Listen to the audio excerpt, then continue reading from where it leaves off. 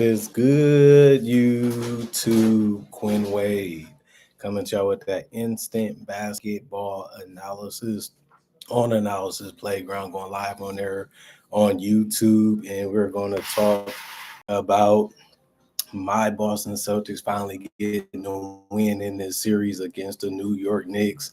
Now it's 2-1, and we did it on the road. We are a great road team. We can still win this series. We can still battle back. We can still be confident in what we do because a lot of things went our way again. The biggest difference in this series is we finally won a game.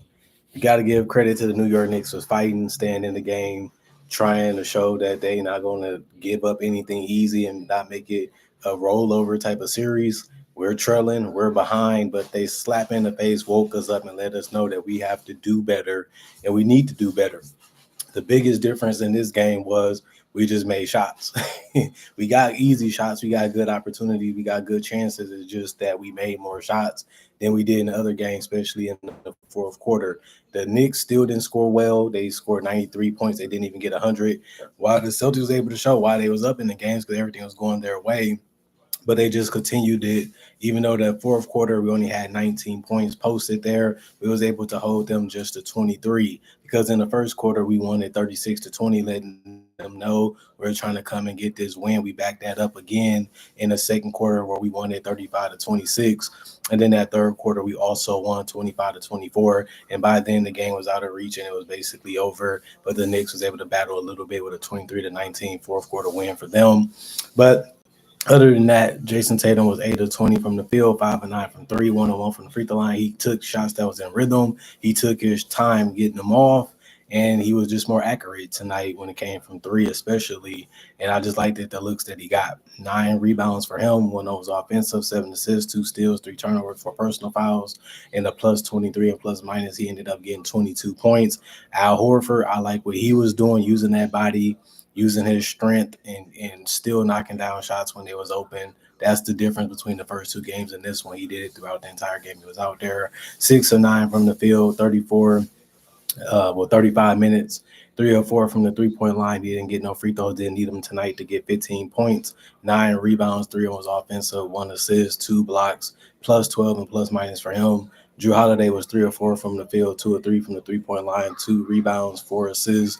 He did have 3 turnovers and 3 personal fouls. He was a plus 8 and plus minus. He finished with 8 points. You gotta like the fact that he defended. You gotta like the fact that he made things tough as he normally does, and he scored and didn't get in the way, making a lot of shots or not taking a lot of shots. He just played his role and fitted in where he needed to offensively, and was really good stoutly defensively, and that's what we need him to be. Same with Derek White. He didn't take a lot of shots either. He was 6 of 10 from the field, 3 of 6 from the 3 point line. He did go 2 of 2 from the free throw line. He also had 5 rebounds, 3 was offensive with 2 assists, 1 steal, 1 block. He actually did have 4 personal fouls in this game. But other than that, he was a plus 29, which was the most tied for the best plus minus on the starting lineup and through for the entire team. And he ended up getting 17 points, which was really good. We're going to need him to score. We're going to need him to knock down threes. We're going to need him to be a good defender on multiple guys, and he can do that. He showed that throughout his entire career, and he did that in this series so far. And you can say the same about Drew Holiday. But Jaylen Brown was 7 of 18 from the field, 2 of 6 from three, 3 of 4 from the free throw line. He did have 6 boards,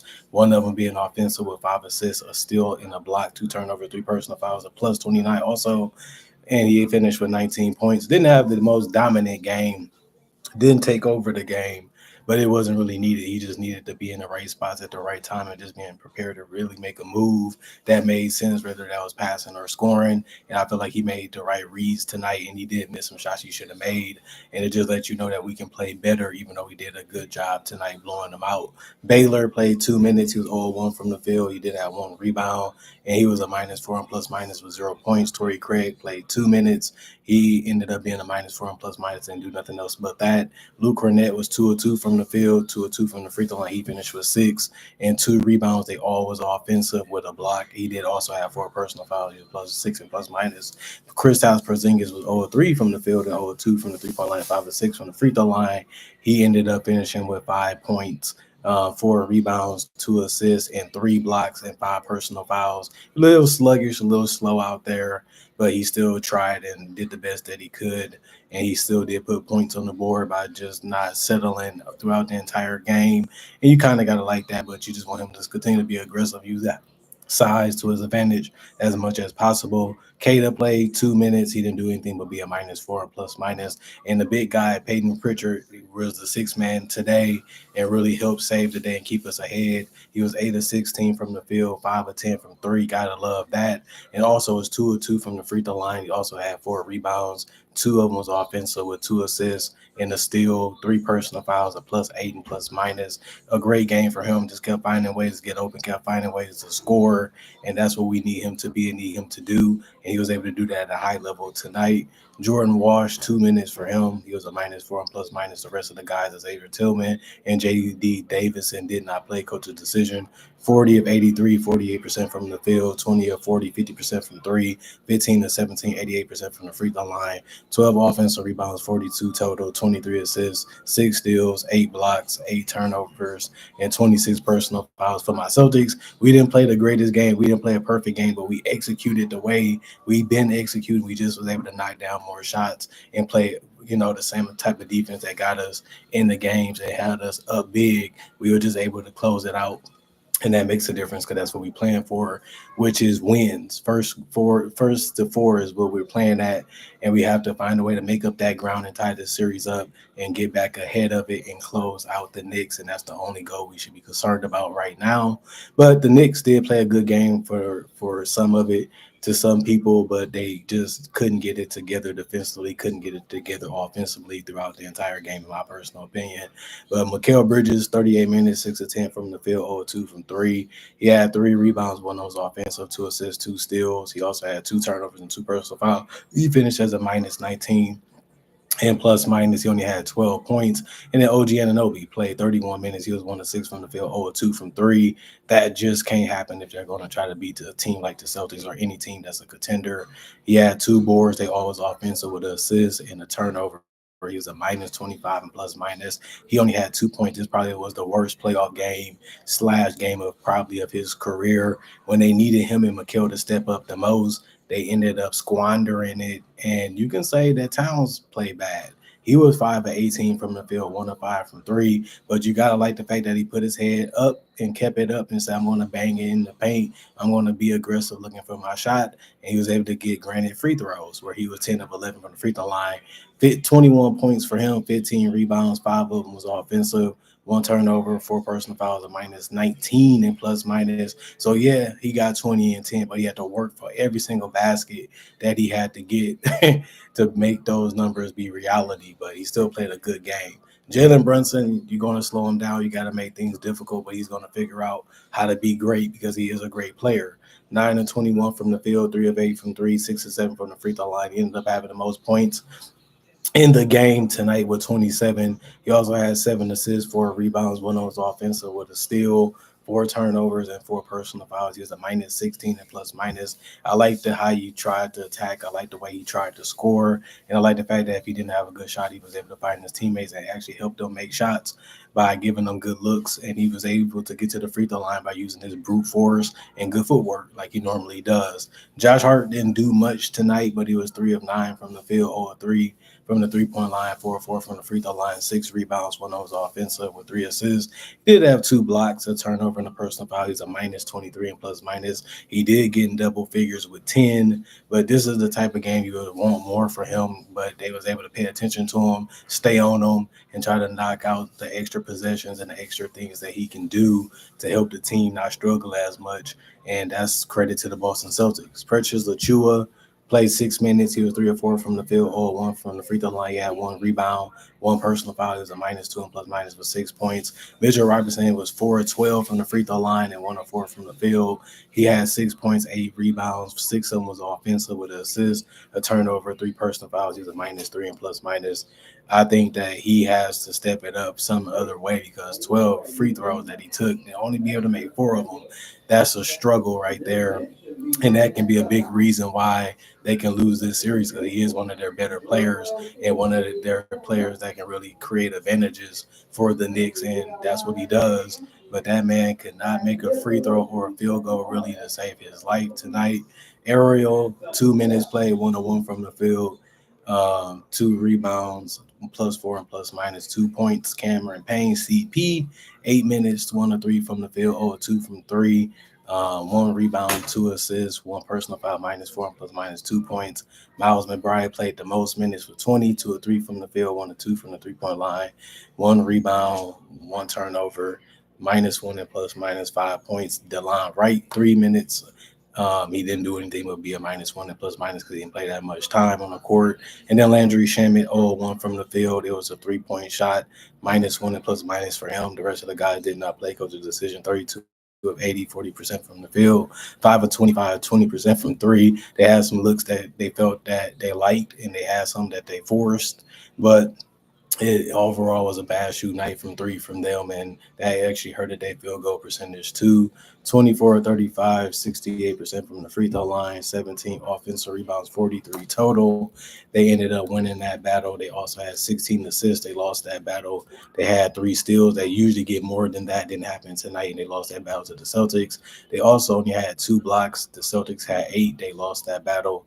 11 turnovers for the Knicks. That was more than the Celtics had. And they also committed less personal fouls, which was good. And they also got fouled more. But when you're not converting them, and most of them mainly came from Mitchell Robinson and Towns, that can be a troubling thing for you when you're not even scoring 100 points. Showing you that the Celtics have a lot of things that they did right and a lot of advantages they still hold and a lot of things that they can really do well in this series, like they showed even in the first 2 games. It's just playing smarter, continue doing things that you did in the game to be able to stay ahead and not rushing or forcing shots or settling for shots or just trying to go for the home run play. I just don't think the Celtics need to do any of that. If you got to play safe and you got to just keep doing the same thing over and over again, as long as you win it, as long as you get it done, that's all that really matters. At the end of the day, how many games can you win doing what you have to do to win is all that matters. You know what I mean? The Knicks are a big proof of that. They're going to run that pick and roll. They're going to run that pick and pop as much as they can because that's what works for them, and that's what helped them get back into games. That's what helped them steal the first 2 games in the series because that's your bread and butter. You know what I mean? If you find in success, if it's not broken, don't fix it. You know what I mean? I feel the Celtics can do the same thing. But if you're going to take that many threes and you just can't find another approach, I can see that. But the Celtics have so many different things they can do and so many different lineups they can put out there and so many plays that they can run that it just didn't make no sense to keep chucking and chucking and chucking and chucking and chucking. Like that was the only way that you can win, or that's the only style that you know how to win with. Jalen Brown is a bucket. Jason Tatum is a bucket. Derek White can get buckets. Al Horford can get buckets. Peyton Pritchard can get buckets. Sam Howard's, or he can shoot mid range or put the ball in the floor, make a layup, get to the free throw line.